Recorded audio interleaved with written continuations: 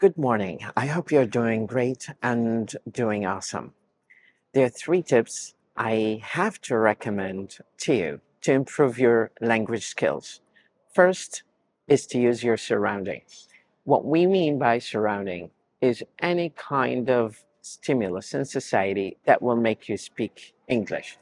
Activating English is really necessary to improve your productive skills, whether that's through speaking or through writing.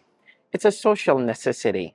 Language is a social organism. Using language socially is one of the essential elements to improve your skills through your social network of close friends and the broader sense of the concept of social network. The second thing is not only relying on your relatives or acquaintance to improve your skills, but to engage in small talk.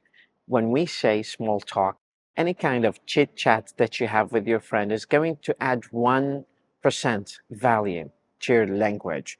And that is actually a necessity to improve your skills. So without depending on activating your small talks with your friend, it's really going to be hard and challenging no matter how much you study. Because eventually, and by the end of the day, you need to use the language that you have socially speaking. The third tip is listening.